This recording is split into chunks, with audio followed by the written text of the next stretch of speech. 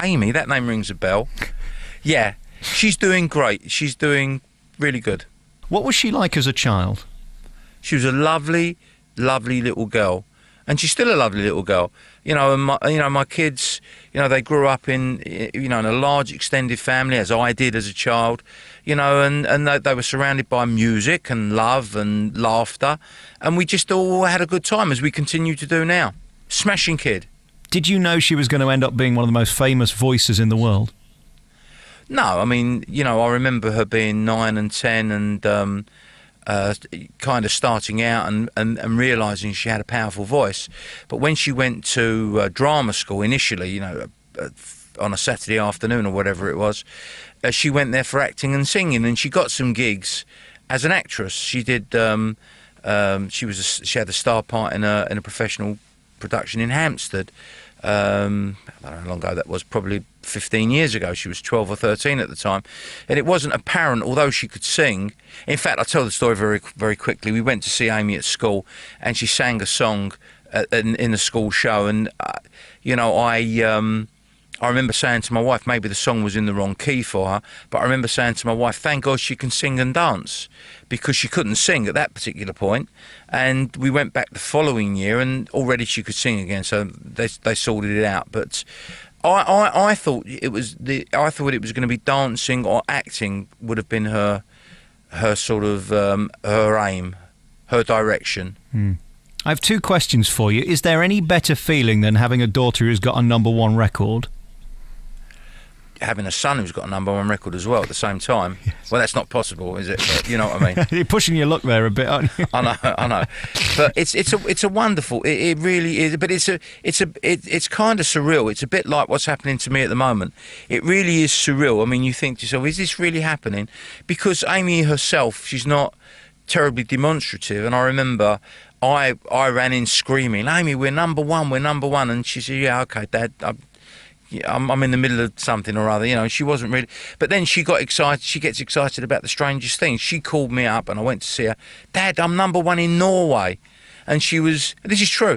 She couldn't get over the fact that she was #1 in Norway. I said, but you've been #1 in over here for a month now, and that which didn't. I won't say it didn't mean it. It meant a lot to her, but it didn't excite her. But Norway, my God, you know, she died and gone to heaven. Norway. And my second question is there any better feeling than having a daughter at #1 to then find out she ends up on the front page of all the papers for reasons that you would prefer not to be reading about? Well, you know, I mean, clearly they were very, very difficult times, and our particular problems were being not fought out, they were being played out in the tabloids, which is not great, you know, and hopefully those days are long, you know, are far behind us. You decided to come out and let us know how she was. Do you think that was the right move or the wrong move, looking back on it? I don't know. What do you think? I think it was nice for us to hear that she was okay. I don't know how she'd view it. Well, you know what? I just did the best that I could at the time. You know, it was a difficult time for me, and, you know, we had problems in other areas as well, which I won't go into today. But it was literally a tabloid war, and the only way that I could get my message across was basically to respond in the press. But that doesn't always work either. But, you know, with the benefit of hindsight, who knows? It's never going to happen again. That's the thing, because she's not going to be in that situation again. I don't know whether it was the right thing or the wrong thing to do. I really can't say. I did what I thought was right at the time. From a personal point of view, every father wants the best for their kids. When you heard of her difficult times, how did that personally affect you? Because all you want to do is give them a big hug for a start. Well, which is what we, as a family, that's what we did. There's tough love, there's soft love, and there's kicking them out. And well, it's not. She wasn't living with me. I didn't have to kick her out or anything like that. It's a question of just making sure that I'm talking generically now, I'm not talking about Amy, just making sure that the person that is affected knows what is happening around them, know how it's affecting the family, but allowing, you know, not cutting yourself off from that person. We regarded it as if it was somebody who was sick within the family, which is what it was. She was ill, and we were there for her. Have you put your finger on why that downward spiral happened? What triggered it? Well, I know what triggered it, but I won't be dealing with that today. How's she doing now? Brilliantly. And not enough credit is given to her. You know, I still read things like yesterday, Amy's dad doing the showcase, as you know, tormented Amy. What is she tormented about? You know, she's still tormented. This is not nonsense. Amy's recovery has been spectacular, but nobody gives her the credit for that. From your perspective as a father, all you want is her to be well, regardless of number ones. It doesn't mean anything, does it? Yeah, I mean, I would give it all up, really, including my own, not silly little thing, my own thing, absolutely, of course, for Amy to be happy and fulfilled. Of course, everyone, but of course, it's not as simple as that. You know, she can't give it up, and it's a part of her psyche as much as breathing is. The final question I'd like to ask about this is, how does she feel about the way that you've gone now with your new album? She thinks it's great. You know, we spoke about this 5 or 6 years ago, about the potential of me doing an album, and we spoke seriously about it then, but then she became ill, and the timing wasn't right. Now she's better, and the timing is right, or the timing was right a year ago, because that's when it started, and she's very happy. She's very, she I wouldn't say she was instrumental on the album, but she certainly helped me choose the tracks and, you know, encouraged me to do it, because she's always encouraged me and said that I was good enough to do it. And, you know, obviously I couldn't do it without her. I mean, I wouldn't be making an album if I wasn't Amy's dad. I could have a voice like an angel. You know, people aren't waiting for a 59-year-old bloke to bring out an album. I am doing the album because I'm Amy's dad. Of course I am. But the moment I stepped in the recording studio, someone would have said to me, you know what, Mitch, you can't do this. And that wasn't the case. You know, I was able to hold up my end. I hope you've heard some of the tracks. I think musically, instrumentally, it's brilliant. And I've done a pretty good job, if I say so myself. Because as we were growing up, of course, in London, as everywhere else, in Leeds, and everywhere else, you know, their television was new. People entertained themselves. How did they do it? They played the piano. My dad played the mouth organ. My uncle played the accordion.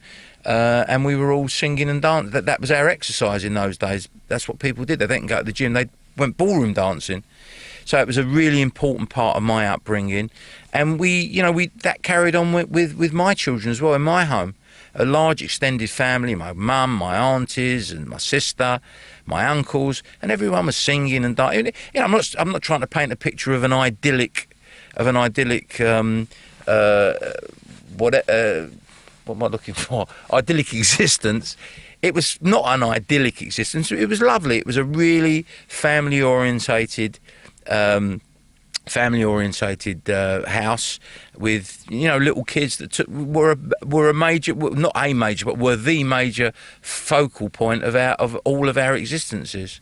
I think the reason that Amy's music was so popular is it took us back to a better place musically. A lot of people have copied her since. You hear those great sounds of the 50s and 60s and perhaps 70s, but none of that disco rubbish that was so predominant when she was in the charts. Your album is another album that takes us back to a better place, isn't it, really? Well, it's very nice of you to say so, and yeah, it does. It takes us back to what we conceive as better times, but of course, they weren't necessarily better times. I think musically they were better times. You know, as I was saying, you know, we lived in a house, our first house, we never had an outside toilet.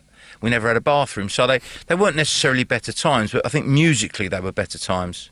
The good thing about you, of course, is you're a talker, as all cabbies are, or at least most of them are in London. Do you miss the days where you can just talk to riff-raff like me as you're driving round?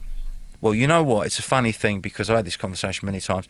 I'm not a great talker in the cab. I don't impose myself on anybody. If somebody gets in the cab and say, "Hi, how are you? Where do you want to go?" And they say, "Great Portland Street." "Okay, jump in, sir." They jump in, they shut the door. I switch off the intercom and I put on my music or I listen to the radio. I would never impose myself on anybody. I've never been rude to, I wouldn't dream of being rude to anybody, but, you know, sometimes the passengers want to engage you, which is fine, but I would never, ever impose myself on anybody by driving a man and talking to him. I remember once, it's embarrassing, you know, the album, Amy's album came out, the first album, Frank, it was October 2003, and we were driving through London and there was this massive poster up on the wall of Amy with Frank and I said to the bloke behind, I said, "Yeah, mate," I said, "You see that picture over there?" He said, "Yeah." He said, I said, that's my daughter. He said, do me a favour, will you? He said, I'm on the phone. He said, do you mind? He said, I'm trying to, he said, I'm not interested. He said, just drive. And I thought, well, he was rude. He was arrogant and rude. But, you know, that cured me of anything like that. Nothing more humbling than people, especially in London. No, exactly. And I thought, right, I'm never going to talk to anyone in the cab again. And it did the trick. Yeah. Where do you go from here? I mean, you've got this singing behind you now, and you've got the album coming out. Would you like to tour? I mean, is this what we're going to see next? I hope so. I hope so. You know, I mean, the sales of the album to me is almost a byproduct. It'll be great. I mean, you know, to make 10 million quid, which is never going to happen. But I mean, to make some money out of it would be terrific. But really, what I want to do, I'd love to use it as a vehicle to, you know, to get some work, to bring that kind of music back to the. And you know, when I say bring that music back to people, you know, I mean, obviously Bublé's doing it, but in a limited way. You know, but once you talk about Bublé and Jamie Cullum, well, now you're struggling a little bit. You know, now you're struggling a little bit. So it would be great to be able to sing not my kind of music, at that kind of genre music, and to reintroduce those lovely songs back to people again, because I think they're ready for it. I mean, there's thousands and thousands of songs which people just don't know exist. They know My Way, they know That Old Black Man, they know all that stuff, you know, but there's thousands of other songs which nobody's heard before. You mentioned two people there who are internationally successful. Do you think this is going to end up around the world? Who knows? I mean, I'd like to think it would. I would hope so, but, you know, I have no preconceived ideas. It's I really can't answer that. I mean, I want it to, of course. I mean, everyone wants to be. What's the point of bringing an album out if you don't want it to be successful? You know, I can sit here with false modesty all day long. It's pointless. You know, I think it's going to be a good album, and I think it will do very well abroad. I think there is more appreciation for that kind of music, perhaps outside of this country, Germany, France, America, than perhaps inside this country. I think we may be a little bit too much pop orientated. I've got to ask you a final question, and I mean this with the greatest respect. I wouldn't have you on if the album was rubbish, but I do want to talk to you because of Amy. Are you okay with that, knowing that people do want to talk to you because of what your daughter's done to the world of music? Well, I mean, let's be frank, and I said this before, I wouldn't be making the album if I wasn't Amy's dad. You know, so I'm not going to pretend that she doesn't exist, and I'm not going to pretend I'm an overnight sensation and I've been on the club scene and somebody already discovered me and they think I'm fantastic. I am talking to you today because I'm Amy's father, let's be honest about it. And I'm okay with that. But, you know, as we've spoken about before, some of this other stuff, it's gone on for too long. And not only is it gone on for too long, we're talking about stuff that happened 3-4 years ago. Sad thing about tabloids, and even myself, we're all so curious these days. We all want to know, and you open your doors and then everybody's going to ask the question. You know, I accept that. I mean, I accept that. But will you accept what I say when I say that she's doing great, she's working on a new album, and she can't wait to get back into it again? And there isn't really anything else to say other than that, really. I don't know whether you believe me, but I'm so thrilled to hear that. Tears Drown the Own is one of my favourite songs ever. I just think it's so beautifully put together and, of course, sung and performed. She is a legend, and, you know, I'm just so glad that you're so proud of her and everything's going well, because that's all we want, another great album from Amy Winehouse. Yeah, I couldn't be more proud of both of my children. They are, apart from the fact that they're both talented in their own ways, my son's a writer as well, apart from the fact that they're both extremely talented, they're lovely, wonderful human beings. You want to see Amy. My mum passed away 4 years ago, unfortunately, but how she was with my mum and my aunties and my uncles. You know, this is what, to me, life is all about. It's about family and friends, and it's the byproduct. The byproduct is she's extremely talented as well, but even if she wasn't extremely talented, she's an extremely talented member of my family. That's what she's great at. Mitch, your son writes the song. What about you and Amy singing one together? Well, you know what, we spoke about it for the album, but we both decided it wasn't the right thing to do, because I really wanted the album to stand up on its own, you know, and not to be how can I phrase it? Not to sell albums just because. I mean, that would be the easy way out, really. I think to stick a couple of Amy tracks on there, her and I doing, and we'd sell X amount and more because Amy's on it. I don't think that would be fair. It's not fair to her, and it's not fair to me. What happens in the future? Who knows? I mean, to be honest with you, to actually do a song together, a duet, it's very difficult. I've got a book at home of duet songs you can do as duets. You find a duet that's not a love song, you can't do it apart from Me and My Shadow. Yes. That's the only one. And everyone's done it, and everyone's done it to death. I'd love to hear you two singing You Don't Bring Me Flowers. I think it'd be marvellous. Yeah, but it's a love song. What I'm saying is... Well, get your son onto the job to write you a new one. That's what we need to do. Well, how are you going to do it? How are you going to write a song that's not... He's got to do it. That's his job. What we're going to do, we can write a song about football or something. You could sing a song about In the back of my cab, I'm in the back of my dad's cab. And it could be something like that. What do you think? No? I think you should stick to your day job, pal. Time to go. All right, Mitch Winehouse, thank you for coming on the programme. Congratulations with this new album. What shall we end with? Thanks a lot. Why don't you play the title track, Rush of Love? Mitch Winehouse, thanks for coming on the programme. Cheers, thanks a lot.